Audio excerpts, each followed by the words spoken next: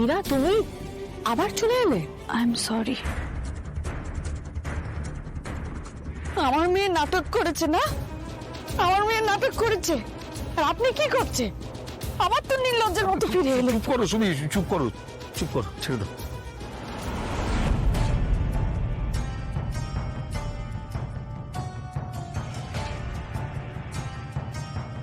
I am sorry Mrs সিংহ রায়। আসলে আর্যর এই ব্যাপারটার জন্য আমার মাথা কাজ করছে না, আমি রেস্টলেস হয়ে যাচ্ছি। আমি জানি আমার বিহেভিয়ার, কথা বলার ধরন আপনার ভালো লাগেনি, কিন্তু আমি করবো। আমার বাইরে গিয়েও আমার খারাপ লাগলো, তাই আমি আবার চলে এলাম। জানি না এই কথাগুলো কতটা তুমি মন থেকে বলছো, তবে এই সিচুয়েশনে এখন তুমি আর নাই আসতে পারতে। মানসি থাক না, কি দরকার আর কথা বানানোর।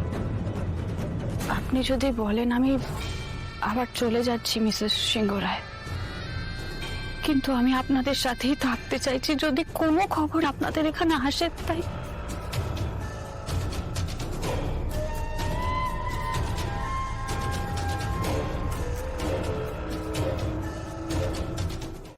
হ্যাঁ, ইনভেস্টিগেশন চলছে, আর তাতে অপর্ণাকেই সাসপেক্ট করা হয়েছে। ফার্দার আর কেউ জড়িত আছে কিনা সেটাও দেখা হচ্ছে। না না না না, প্লিজ প্লিজ প্লিজ মিডিয়া পাঠাবেন না। দরকার পড়লে কিঙ্করের সাথে কথা বলে নিন প্লিজ। সব মিথ্যে। স্যারকে তুমি রক্ষা করো ঠাকুর।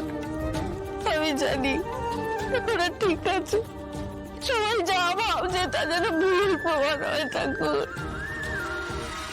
যা হয় তা ভালোর জন্যই হয় শুনেছি, কিন্তু এতে অপর্ণা ফেসে গেছে ঠিকই। আর্যদার না থাকাটা আমাদের জন্য সুবিধে হলো নাকি অসুবিধের? সুবিধা তো অনেক, কিন্তু অসুবিধেগুলো ভাবাটা জরুরি। অর্ক একা এসব সামলাতে পারবে না, অনেক দায়িত্ব আমাকেই নিতে হবে।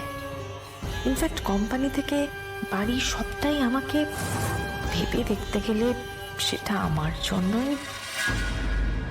আমি না বুঝতে পারছি না তোমরা সবাই এখনো কি করে এনাদেরকে টলারেট করছো, জাস্ট বুঝতে পারছি না। না অর্ক, দেখো আমি তোমাদের মনের অবস্থা বুঝতে পারছি, আমারও সেম অবস্থা। অর্ক, তোমার দাদার খুনের জন্য এনাদের হাত আছে কেন এখানে? এখনো এনারা বসে আরে অভিনয় করে যাচ্ছে, এখনো কেঁদে যাচ্ছে, আমার গায়ে হাত তুলেছে, আর তোমরা এখনো টলারেট করছো কেন? একটা কথা আমি বুঝতে পারছি না মীরা।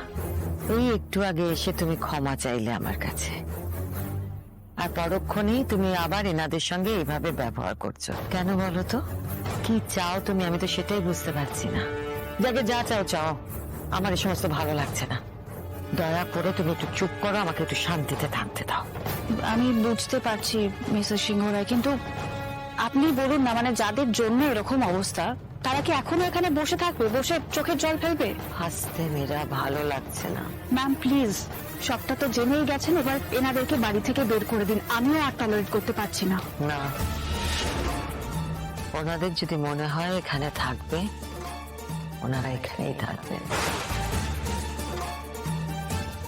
এখনো আপনি এনাদের পরেই কথা বলে যাচ্ছেন? মীরা, ওনারা আমাদের আত্মীয় হন। কি বললে? আত্মীয়? সূর্য, অর্ক, ইনভেস্টিগেশন হোক, তারপরে বুঝতে পারবে যে শুধু অপর্ণা না, এনাদেরও হাত আছে। মানসি, তুমি বসে আছো কেন? তুমি বোঝাও। কি বোঝাবে? হ্যাঁ, কি বোঝাবে? আমার মন বলছে দাদা কিচ্ছু হয়নি। আমি এখনো অপদার কথাই বিশ্বাস করি। আমার মন বলছে দাদা আছে, কোথাও না কোথাও নিশ্চয়ই আছে, আর অপর্ণাও নির্দোষ। মিসেস সিংহ রায়, আপনি কিচ্ছু খাননি, এক ফোঁটা জলও মুখে দেননি। আপনার শরীর খারাপ হবে। আমি আমি আমি কিছু খাবার অ্যারেঞ্জ করি আপনার জন্য। মাদার ইন লর তো ওষুধ খাবার আছে, আমি আমি ওনার জন্য নিয়ে আসি না গিয়ে? আমি জানি না ওনার গলা দিয়ে কোনো খাবার নাববে কিনা। আমি চেষ্টা করছি কিছু খাইয়ে ওনাকে ওষুধটা খাইয়ে দেবার। তুমি এক কাজ করো, তুমি দাঁড়াও, আমি নিয়ে আসছি। বলো কোথায় আছে? তুমি আমাদের জন্য ভেবেছো, বলেছো, এটাই অনেক মীরা। Thank you. দরকার নেই মানসী, আমি কিছু খাবো না। কিন্তু ওষুধগুলো না খেলে মানুষই আমার আমার ভালো লাগছে না। যা বলার আমি বলে দিয়েছি, আর বেশি কথা বলাতে আমাকে বাধ্য করো না।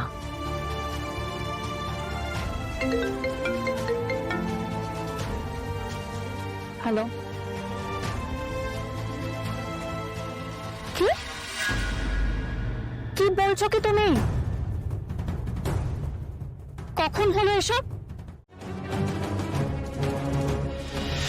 এই থানাতেই লকআপে ছিলেন প্রখ্যাত শিল্পপতি আর্য সিংহ রায়ের মূল অভিযুক্ত অপর্ণা বসু।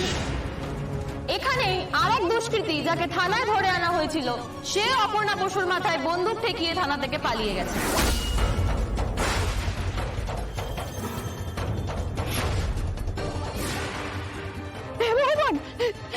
কি বলছে তো শত্রু?